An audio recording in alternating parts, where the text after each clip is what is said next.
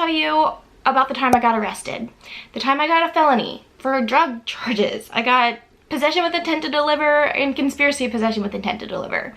I got set up by one of my close friends. Someone that I would have considered a ride or die, honestly. Back at that point in my life anyway. Looking back, it's like, why did you even think that you guys were close at all? There's no loyalty in addiction. None. I'm feeling more comfortable sharing these stories now, and I'm excited. I want to get a little bit more open, a little bit more raw, a little bit more real. I just got a bunch of new subscribers, so I wanted to take a moment to just say, hey, what's up? And to all my returning subscribers, love you guys, you're the best. And to anyone new, like not subscribed, what are you doing? Subscribe, duh. I want to tell you a story that I've actually already told on this channel, but I'm going to go into more detail now. I've mentioned before that I've held back for a bunch of reasons. I held back because I was embarrassed. I held back because I was afraid that it would come across wrong. I didn't want to glorify this. I don't think that addiction or drug use or drug selling drugs, I guess sounds better. I don't think any of that's cool, and I don't want you to think that I think it's cool. I feel like it's pretty clear that I don't want you guys to do that, and I'm hoping that by sharing this story, it can, one, be entertaining. I hope this is entertaining more than anything. And two, I hope that it's enlightening. I hope that you guys might be able to vicariously learn through me. I hope that you don't have to live through the same mistakes that I made. Because please don't, like, a felony follows you forever. Before we get into it, guys, can you like this video, subscribe to my channel, turn the bell notification on, and leave me a comment. I want to know if you've ever been arrested. I want to know if you've ever experienced anything like this. I hope that your answer is no, because I hope that no one has to go through this. This is not a fun experience. It was very harrowing, and it sucks because a lot of the people involved are no longer with me. But yeah, let's get into this. Does this work? Wouldn't it be cool if it did? Yeah, a long time ago in a galaxy far, far away named Pennsylvania lived a young girl who was an addict, and she was not very bright. Her name was Megan. What's up? I recently tried to tell the story actually, and I got so off track that it was insane, and then some other things happened and I got embarrassed again. So like, it is easy for me to feel shame over this, but like, I don't want to feel shame over this. Like, I was stupid, so there's a lot of moments in here where it's just like, oh god, Megan, you should have known better. Like, yeah, I should have known better, but I didn't, so it is what it is. I can't change it now, and I don't know. I don't regret anything because I'm so happy with how my life is right now that if I took anything back, I wouldn't have this. I wouldn't have Greg, I wouldn't have Emerson, I wouldn't have you guys, I wouldn't have this YouTube channel.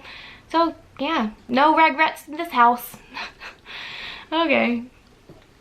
Let's set the stage. It was 2007. I met Greg around St. Patrick's Day, and we moved in together a week later because we were codependent and drug addicts. And by May, we got our own apartment, and by May 7th, we got in a car accident on our way down to Baltimore where he crashed my brand new car. Brand new to me. My grandfather had just sold it to me. It was like a Cavalier, which has a high risk of pelvic injuries from side impact accidents, which is exactly what happened to us. And I had a broken pelvic bone, and fractured hip. So yeah, that was fun. Ended up in the ICU for just like a little. I had like a head and chest trauma, but yeah, anyway. A lot of shit happened in 2007, and it was not my best year. Neither was 2008, but it got better after that, so that's always good. And if you've watched my earlier videos, you know that my dealer was living with me. I somehow stumbled into this situation where he asked if he could come over and hang out to break stuff up, and he never left. I just don't like to take things slow. I'm an all or nothing kind of girl. Now, at the time, I thought I was pretty dang smart. I thought that I was covering all my bases and that shit just wasn't gonna, I don't know if it's that I thought I was smart or if the fact that addiction doesn't give you the luxury to use common sense. You can't think about anything except for the drugs, and at that point, I stumbled into this situation where I suddenly had drugs as soon as I woke up. I had as much as I wanted. I had them for mad cheap. Like, it was just heaven. It was so, it's sad. It's sad because, like, looking back, I'm like, wow, you're an idiot. Duh, of course you got arrested. But back then, I didn't see it. I didn't see it coming at all. I thought that I was super safe because we didn't let anybody come to our apartment, anybody except for like my small group of friends, and I mean like my ride or dies, like the people that I thought were gonna be loyal to me forever. Again, looking back, I can clearly see why that didn't play out like that. Like, there's no loyalty in drug addiction. There's no loyalty among thieves. Like, get real. Be careful who you run with, because you seriously, who you run with matters so much, and who you surround yourself with. Like, I wasn't even surrounding myself with safe people. I wasn't surrounding myself with people that had my best interest at all. And that's sad, but thankfully I made it out of there alive, and so did Greg. Sadly, a lot of the people in this story did not make it out of this alive. So I'm going to mention it casually. I hope that it doesn't kind of come across like I'm jaded, but I've lost a lot of people. And that's another thing that you'll learn as you watch more videos on my channel. But let's see. So I had a group of friends that I thought were great. So I had my two best friends, right? So Brent, he was in rehab, and my best girlfriend was also getting clean. She was on, I think, Matt at the time. She was on Suboxone, if I remember correctly. So I didn't have them. So we had another guy and his girlfriend, and Greg had gone to high school with this guy. This guy has passed away now. But then aside from him and his girlfriend, we let in Scott, who was my ex-boyfriend. We dated after all this, but he's passed away. His best friend, Kevin, who has also passed away, and their third best friend, you know what, he's still alive, I'm not gonna say his name, so their third best friend. And two other people that came around very, very seldomly, two guys and I guess their girlfriends, but the girlfriends didn't come in. And I thought that by having the runner go out to meet people, we were being safe. You know, we weren't bringing any foot traffic in here that I wouldn't normally have when I didn't sell drugs, so it shouldn't be alarming, right? When you think about it though, I had a good bit of people coming in and out of my house. Like, even though I said it was a small group, like, it's still way more than you should probably have coming in on a daily basis. So, and then the runner wasn't very bright either. He is also no longer with us. But he would walk to the same spot. He would walk down the street 2 blocks, meet the people at the same freaking spot every time. And I was so deep in my addiction that I didn't notice. I didn't follow him outside. I wasn't going outside with him. I didn't want to be outside or associated with him. So sometime in, I don't remember when it was, but sometime at the late end of summer, Greg's grandfather was pretty ill. So we drove down to South Carolina for a week to visit, and shortly after we got back, he passed away. So Greg had to turn around and go back to South Carolina, and I was there alone with the dealer and runner for maybe like a day or two. And now my dude, like, he looked out for us, you know, like, he always respected us. He was just so kind. He protected us. We're little people and easily taken advantage of. And I don't have any hard feelings towards anybody in this situation. So I'll get to that later though, actually, because I think that's an important message. But I remember Greg was gone, and I had let so few people in my apartment that I knew exactly who had been in and at what point. So when Greg returned, he went to Taco Bell, got us soft tacos. I remember it. I have pictures of like the minutes before he got arrested. His sister came back from South Carolina with him, so she was in the living room with the runner. And she's no longer with us either. And Greg and I were in the bedroom, and I remember hearing this like loud noise, like boom, boom, boom, boom, boom, and I had no idea what was going on. Like, when I say that I was naive, guys, I was naive. And Greg instinctually knew what was going on, so he jumped up, and we had a pile of stuff sitting on the table, and he swiped it on the ground and like flew everywhere. And I had like just enough time for me to react and get mad at that before I realized that there were like 5 cops like screaming in our bedroom now, pointing guns at us like, get on the ground, get on the ground, get on the ground. And they don't care about anything. Like, I was sitting right beside my cane and walker. They still threw me on the floor, which hurt like hell. I remember they had their knee in the small of my back, like trying, and I'm in physical pain. I'm crying. I just realized that Greg threw away all of our drugs. And then it dawned on me, like, oh my God, this is the DEA, like, we're getting arrested, oh my gosh. Like, and then you know what my thought was? It wasn't the fact that I was going to jail. That's not what I was worried about. It was like, oh my God, I'm not gonna be able to get high after this. I'm not gonna be able to get high again. How am I gonna be able to get high? I'm telling you, like, addiction does not give you the luxury of common sense or logic or reason or anything. Like, you can't care about anything that you normally care about. It's sad. So the situation didn't take long to unfold. The runner had a key around his neck, and they found a lockbox in my pantry. It was pretty easy. I didn't have to say anything there, but I was still stupid and still said that I knew that he had that there. Like, you shouldn't. I'm not telling you to sell drugs. I'm not telling you to do anything illegal, period, ever. Don't break the law. Got it? Good. Okay. Don't talk to the cops either. Just don't. Ask for a lawyer, because you do not know what's going to be used against you. And yeah, I learned that the hard way. So I said simple things like I admitted, like, yes, this is my apartment. Like, yes, I'm the one that on the lease. And yes, I knew that he was here. Yes, I knew that that was there. Yes, I knew what was going on. But it's not mine. That's not good enough. There's this thing called conspiracy, which means if you have knowledge of something, you therefore are guilty of it. Basically, I got 2 felonies. I got a possession with intent to deliver, and I got a conspiracy possession with intent to deliver. In the lockbox, they found 13.5 grams and $2,500, but the local newspaper reported it as $25,000. Another thing that happened, which was kind of odd and kind of funny when you think about it, but so the runner's phone rings and one of the cops picks it up and he's just like, oh yeah, yo, what's up, yo, I got you, what's good? And obviously it doesn't sound anything like the runner, but the person on the other end did not notice. So the guy's like, can I get a half G? I'm gonna be right. And the cop is like, yeah, come to the house. And the kid's like, what, the one up the stairs? Like, no one's been here, like, no one comes here, so this random kid knows where it is. So obviously, like, the runner wasn't very secretive when he went out to meet them, and or you know, actually he probably just had people over at the house while I was gone that week. That would make more sense, but yeah, whatever, it doesn't matter. It doesn't matter. So this kid decides to ignore the fact that this doesn't sound anything like the runner and come up to my house, which no one was supposed to be allowed to be there.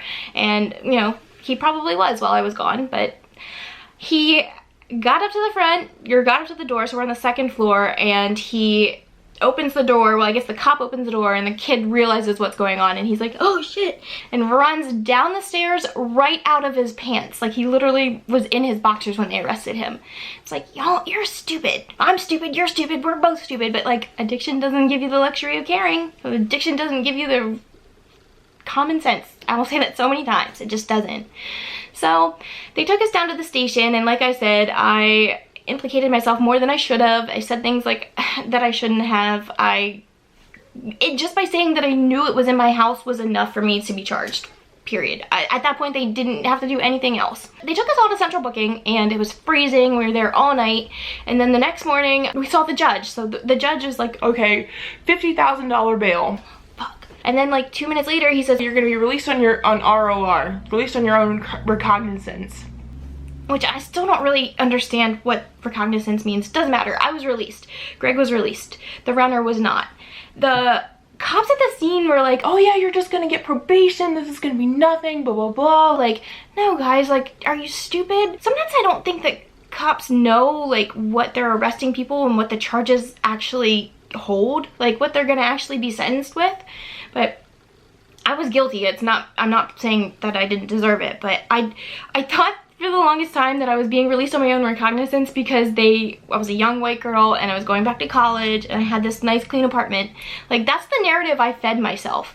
And it wasn't until recently when I was making a video and Greg's like, Megan, you know they wanted us to snitch. Like, that was the whole point of it. That's what they released you for.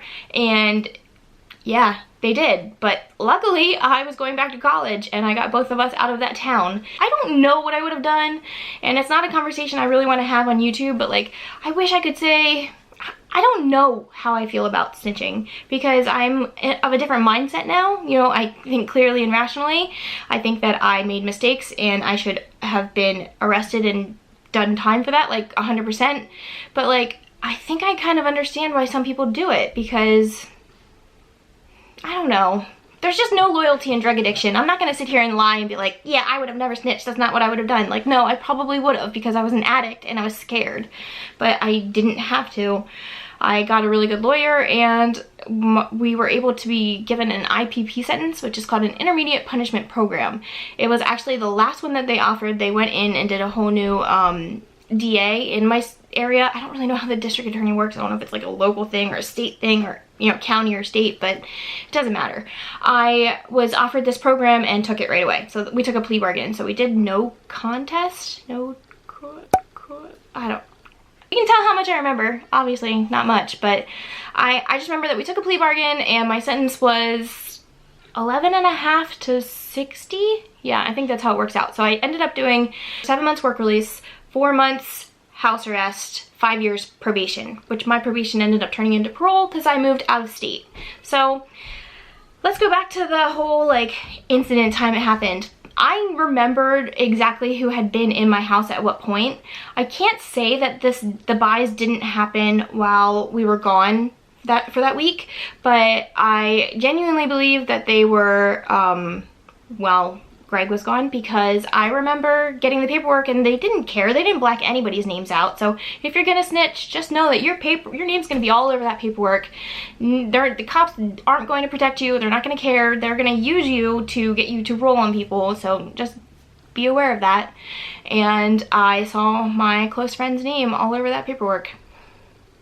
I had 2 people actually set me up, and the one guy came and apologized right away. He had the balls to come to my apartment, literally like right after the cops had raided it, and was just like, yo, I'm sorry I did that.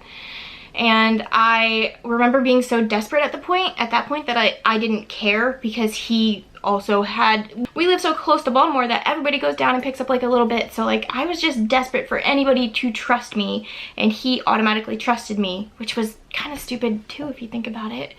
Man, drug addiction, you're stupid. Drug addicts are, no offense guys if you're in your active addiction, but like be smart, like think logically, just try for a minute to think about things, like think about your future. Like this felony has followed me for so long. I've lost apartments for it, I've lost jobs from it, I've lost so many opportunities, and it's not cool. And I mean, it's my fault. I should not have done that. Don't think that I'm saying that I didn't deserve it, because I did, but just wish I had been a little bit smarter. And what had happened with my friend, years later, after I got married, I came home to visit over New Year's Eve, and it was like, I forget what year it was, probably 2011. We met up with this guy, because this guy went to high school with Greg, went to high school with my ex-husband, and was literally best friends with my he was best friends in high school with my ex-husband. So I remember meeting him, and I wanted to hate him, but I couldn't, because at that point I was living a beautiful life in California. I was happy, I was sober. He was not, and I felt bad for him. My co-defendant, the runner or whatever, he died before I think he was even sentenced, if I remember correctly. Yeah, he died while I was incarcerated. I remember being on work release and somebody came up, because my story was so big in my town, like so many people knew about it. When I went to my work release job, it was actually a place that employed inmates from different counties, so I live like on a county line, and those people in that county knew who I was because of this incident. So it was just very defining, you know. Everybody knew about it, everybody heard about it, and I was just so stupid. If you had told me in high school that I was gonna end up arrested with H, like, no, I would have said, hell no, I'm not that stupid. I remember watching those like drug PSAs on like the big 3-screen things that was like, these cool performances, and I was like, well, that's the bad kids. Like, that's not me. I'm not a bad kid. I'm not stupid. It doesn't take much to get yourself into drug addiction, and like I've said a million times in this video, drug addiction does not give you the luxury of thinking or caring or feeling or being anything but an addict. Yeah, but I don't know. I remember one time I was with my friend Mosty, and he told me that he knew who snitched on him, but he wasn't mad at him. And I was still in my active addiction at this point. We were sitting we went out to lunch, and he was the one person I knew that got clean, and I always looked up to him so much, and I'm still really proud of him. We're not in touch anymore, but I really respected him because he got out of it. He was selling and got arrested, and he turned his whole life around, and I wanted to do that too. And he always made sure to reach out to me when he would come back to visit, and it meant a lot. It meant a lot that he thought that I could do it too, you know? We've lost so many friends. I didn't think I was gonna cry in this. So, we lost so many friends, but he told me that he could never be mad at the person that snitched on him because they saved his life. And it sucks because my friend snitched on me and saved my life, but he didn't save his own. He ended up getting in trouble and did drug court with our county, and it was part of like this big like opiate, like heroin drug court. Like it was a big thing, like an opioid drug court, I think is what it's called. I don't remember. And he was the first person to graduate, really. And he overdosed like a week later. It's crazy.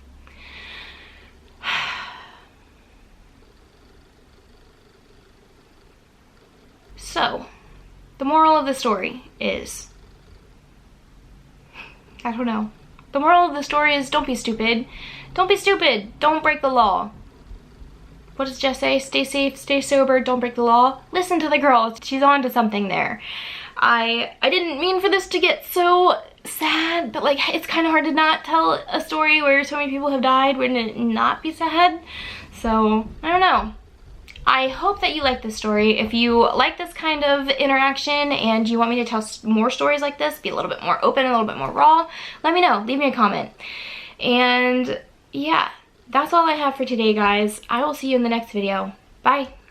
This is actually a lightsaber of mine from when I was a scene kid, and I thought it would be so cool to take pictures with lightsabers with my friend. If I feel brave enough, I'll include a picture of it right up here for y'all so you can laugh with me.